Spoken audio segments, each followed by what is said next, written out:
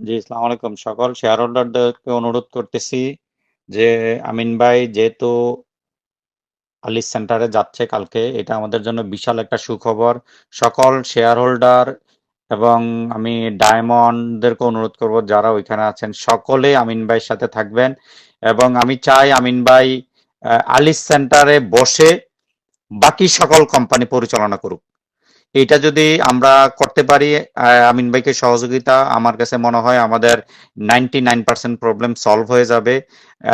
ডায়মো MD and CU, এটা chairman সাহেব আজকে তো বললো যে উনারা এটা চেষ্টা করতেছে, উনারা এটা আইনগত দিক থেকে উনাকে যত দ্রুত নিয়োগ দিয়ে দিবে। কিন্তু উনি নিয়োগ দেওয়াটা বড় কথা না, উনি ডেস্টিনির দায়িত্ব নিয়ে ওইখানে উনি বসবে।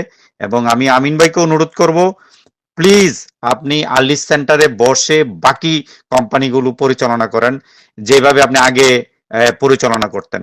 বৈশাখীতে আপনি যাবেন, কোনো অসুবিধা নাই। বৈশাখীতে বৈশাখীও আমাদের প্রতিষ্ঠান। আপনি ডিএমসি সেলে যাবেন, কোনো সমস্যা নাই। কিন্তু সবকিছু আপনি আর্লিস সেন্টারে বসে আপনি পরিচালনা করেন। এটা আমার অনুরোধ, বিনীত অনুরোধ আপনার প্রতি। এবং সকল শেয়ার হোল্ডার, ডাইরেক্টর, সকল ডায়মন্ডদেরকে অনুরোধ করব।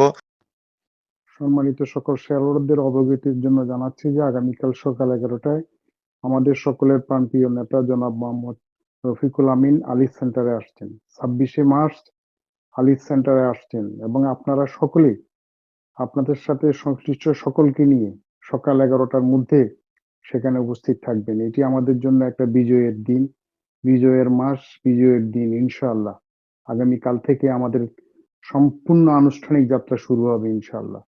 সকলকে ধন্যবাদ। সকলকে আগামীকাল সকাল 11টার মধ্যে আলিস সেন্টারে আসার জন্য বিনীত অনুরোধ জানাচ্ছি।